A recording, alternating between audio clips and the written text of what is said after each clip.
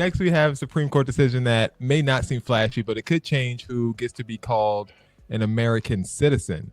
Jesus. The court ruled that federal judges no longer have the authority to issue nationwide injunctions, meaning that they can't block a president's policy from taking effect everywhere, even if it's unconstitutional in their courtroom.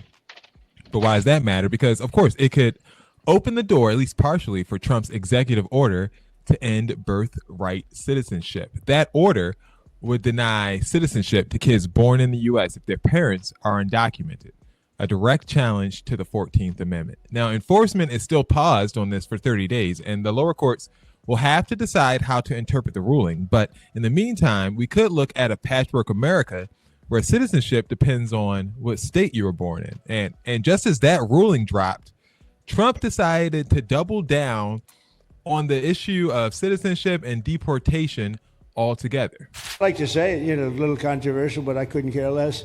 We have a lot of bad criminals that came into this country, and they came in stupidly. It was an unforced error.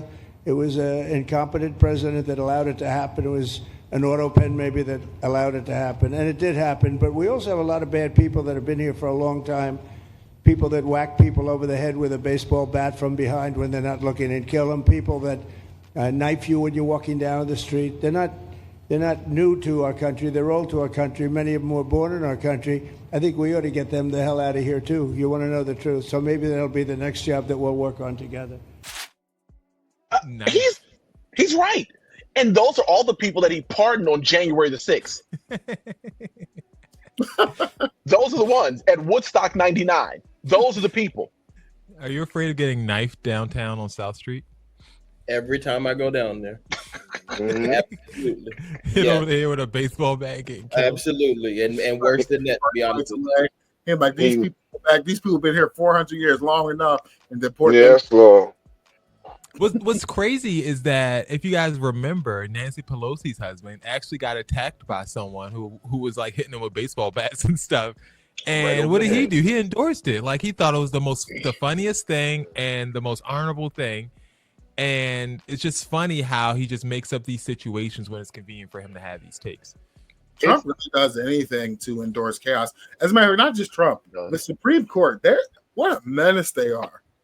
That's because they put that Sacha Baron Amy Cohen on there, and she's never been a judge before. And so she's just around there doing any old thing. Can you imagine they're saying that these judges don't have the right to rule on things, that you can have something that affects people nationwide not go into different effects? They're turning him into a tyrant. It's literally in real time. But what's frustrating about that, though, is that you were warned about this. To be honest with you, and I believe in the justice system. I believe in the law, whatever.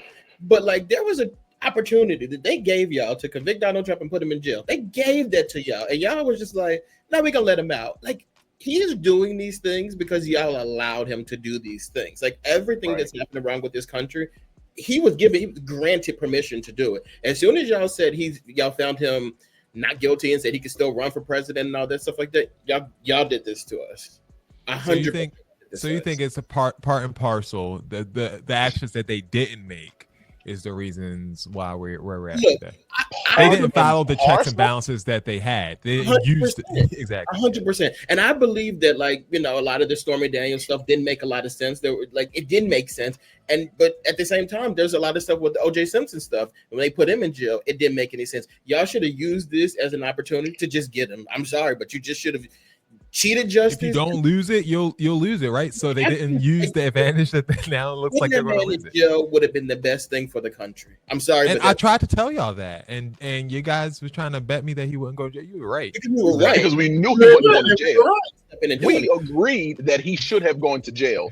Semicolon, however, comma, we knew that those January 6ers, we knew that those people that are hiding in those, they playing dress up in their room with their little white hoods. They still on them benches, and we knew that they were not going to send him to jail. We knew it. We knew. Yeah. We knew. And That's who America is. We were warned about this stuff because a lot of this stuff is in that Project 2025 document. A lot of these things were already rumored when he was running, and they would ask him about it. He'd be like, "I don't know what you're talking about," and now all this stuff is coming to fruition. This is just like this. You know what I think is interesting, and I said it while he was running.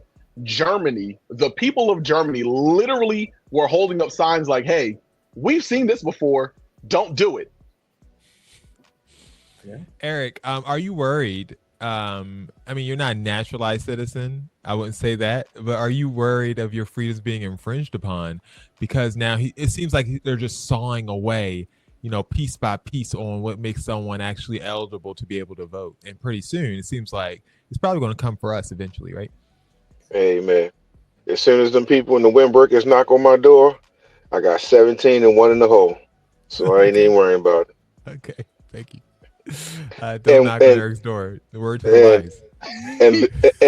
And Bill will understand me. I got a 60-round drum, so he understands. Okay. Ooh, we love a drum. As a musician, I tell you, I love me a good drum. I love me a good drum. There we go. I got a few drums on this side. A percussionist. As a percussionist, I got a few drums on this side.